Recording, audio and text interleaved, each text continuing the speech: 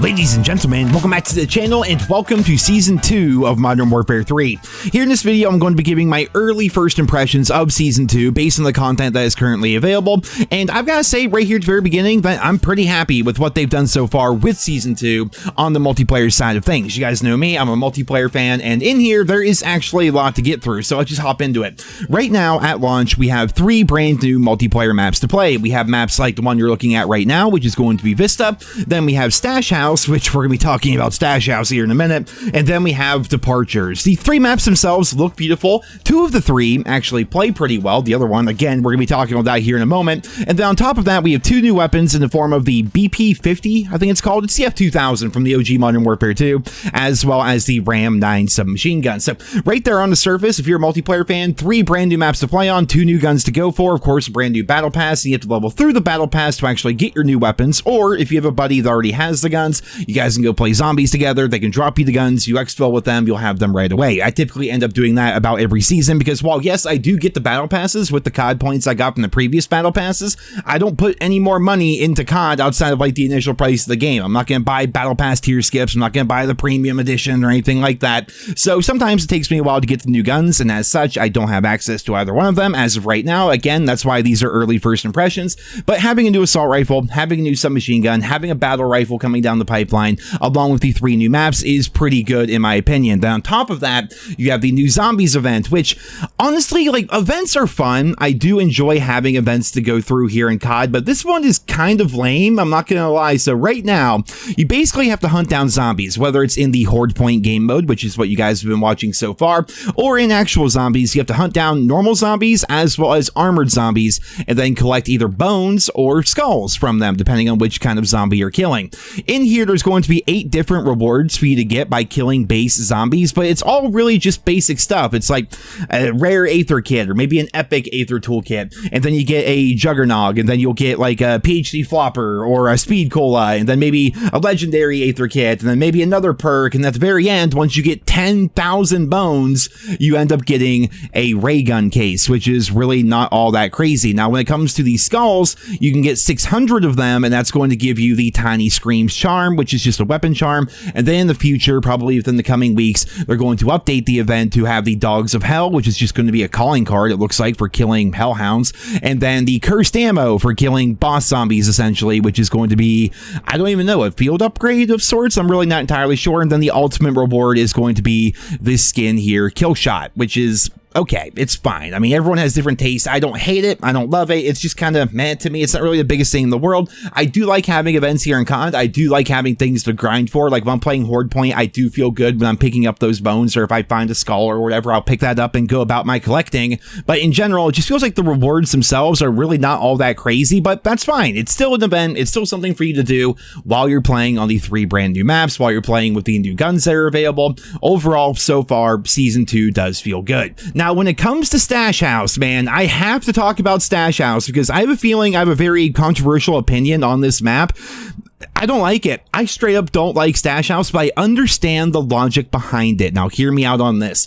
When the game came out, Modern Warfare 3, they had all the OG Modern Warfare 2 maps back, and those maps, without the kill streaks that we had back in the day, they kind of feel slow. Does anyone else kind of get that feeling? The maps kind of feel slow, despite the fact that we're moving way faster in Modern Warfare 3 than we were in 2009 when the maps first came out. Even with all the movement, the maps kind of feel slow. Like a full-length game of domination, if somebody drops 30 kills, it's like, wow, that guy actually did something. There's not a ton of action. It really doesn't feel like it, which is why I personally like to jump into game modes like 10v10, 12v12. It kind of just speeds up those larger maps. I feel like Sledgehammer took that feedback about the larger maps and the game kind of feeling slow, and they're trying to make the overall map pool a bit more balanced. Like going into the game, the map pool for Modern Warfare 3 was basically all large maps, and then we had like Rust, and then we have Scrapyard, and that's pretty much it. The rest of them are relatively large, medium to large maps. Well, then with Season 1, they dropped Meat, which is just literally a slaughterhouse of a map. It's a bit more balanced, I would say, than something like Stash House, but Meat is a very small map. Of course, they brought back Shipment, which is like the tiniest map in COD history.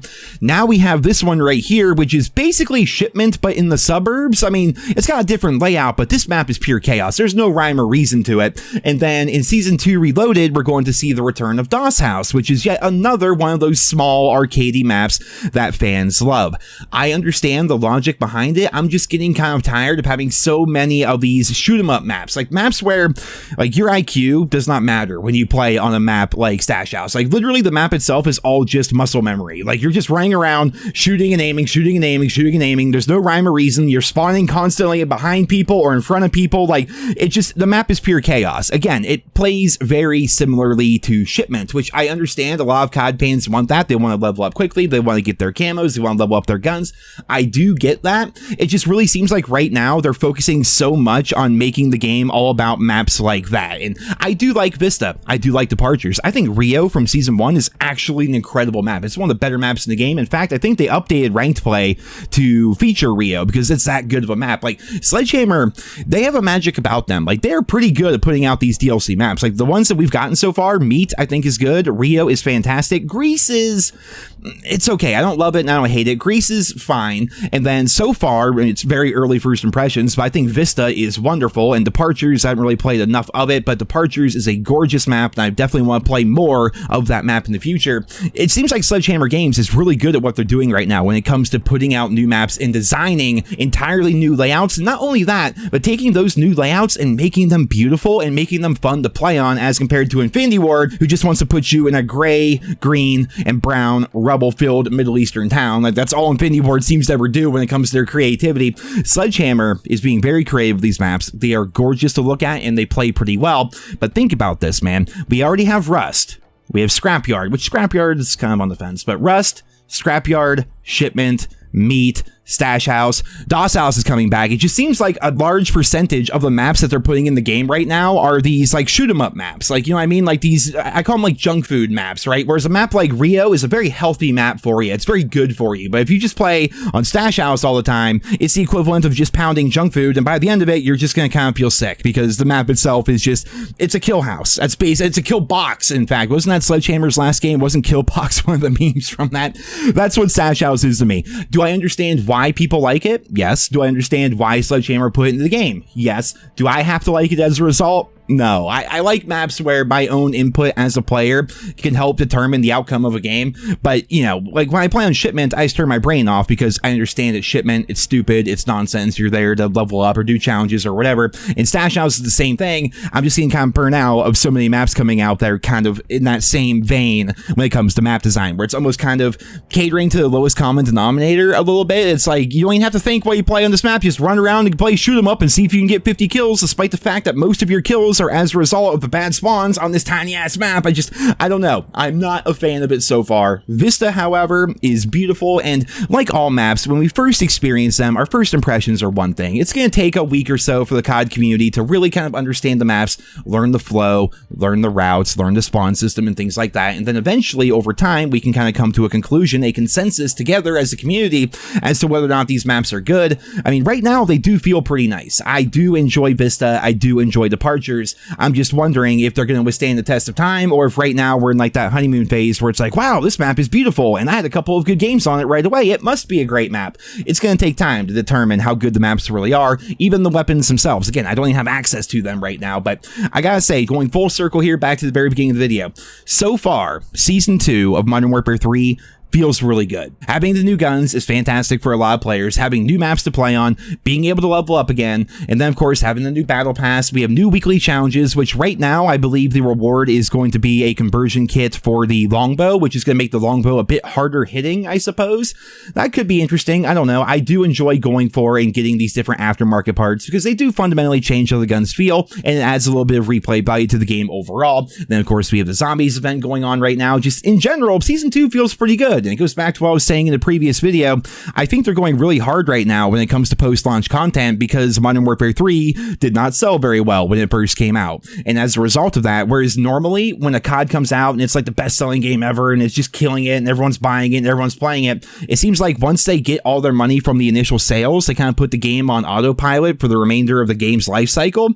Not here with Modern Warfare 3. I feel like they're really doubling down on post-launch support because they still want to make back the money that they missed when Modern Warfare Warfare 3 was down 38% in sales as compared to Modern Warfare 2. So for the community as a whole, that's actually pretty good news. But not only did they add in like the new guns and the new maps and things like that today, they also released a pretty substantial patch. I'm going to put a link to the patch notes down there in the description. I don't want to go over every single thing here, but I do want to highlight some important changes that are fundamentally going to change how Modern Warfare 3 plays going forward. First up, ADS idle sway. Basically, the long and the short of this is the idle sway that they have within the game is there to make it so people don't just sit there hard scoping or aiming down sights all the time, and encourages people to move a little bit more because idle sway can be annoying to deal with. Well, now they added like a 5 millisecond long delay, and that's going to change based on the weapons, to when you aim down sights and when idle sway starts. And the reason why they wanted to do that was because a lot of people on keyboard and mouse are always complaining about aim assist, and this is going to help those keyboard and mouse players a little bit more, because when they aim in, it's not going to initially have that idle sway that may throw off their aim and help them lose to people that are using controller and therefore have aim assist. So we're going to have to wait and see if keyboard and mouse players enjoy that change. Here we have the hipfire crosshair sway. As you move around really quickly, your hipfire crosshairs will sway back and forth, and sometimes will cause your weapon to be very inaccurate. Well, they're kind of changing that, and basically wherever your crosshairs are where your bullets are going to go when you're hip firing. And they say at the bottom, these changes reward skillful aim. Simply put, where you're aiming is where your bullets will go. That's nice. Here we have another one. They actually did something that I've wanted them to do for a very long time. They have decreased the delay before health regeneration begins from 4 seconds to 3 seconds, which is nice. And then they increased the health regeneration rate from 40 HP a second to 75 HP a second, which is going to make it so you get your health back faster after you win a gunfight, which is something I've wanted for a long time. Like, how often do you miss that quick fix perk when you're playing Modern Warfare 3, where you win a gunfight, but maybe you're low on health, and then you have to like kind of just lay there for like 7 seconds, it feels like, before you finally get all of your health back. And it's really hard to win 2 gunfights in a row because the first person probably got you down to half health, and the other person's probably going to get you the other half the way down. Now your health comes back faster, which kind of fits into the fast-paced nature of Modern Warfare 3 as a whole. And so far, based on our limited experience, the patch just came out today, it is feeling pretty good. And I'm glad to see that Sledgehammer is listening to reason when it comes to making changes like that. Now, a bunch of weapons got retuned today as well. Some highlights, again, I'm not going to read the entire thing, but the Holger 5.56 assault rifle now has a slower aim down sight time. The MCW assault rifle has a slower aim down sight time, as well as a slower sprint to fire time. The Bass B has slower aim down sight speed, worse sprint to fire time, as well as worse hip fire spread. The Sidewinder of all guns, I thought they forgot about it, got buffs to its bullet velocity as well as its recoil. The Striker submachine gun got buffs to its close and medium damage ranges, and the WSP9 submachine gun got buffs to its aim down sight time as well as its close to medium and maximum damage ranges. Again, if you want to check out the full list of patch notes, I'll put a link to it down there in the description. But going back to what I was talking about towards the beginning of the video, Season 2 so far has been pretty good. Again, new maps, new guns, new events, new weapon balance changes, like basically everything you would want out of a season from a multiplayer perspective, it's here. And I've been enjoying that aspect of it. I just wonder how long it's going to last. And I'm also curious what everybody else is thinking right now. So leave your thoughts and feedback on Season 2 down there in the comments. Are you finding the maps fun? Do you like the new guns? Like, do you like Season 2? Why or why not? Leave your thoughts and feedback down below. Thank you all so much for listening, and I hope you guys all have a wonderful day.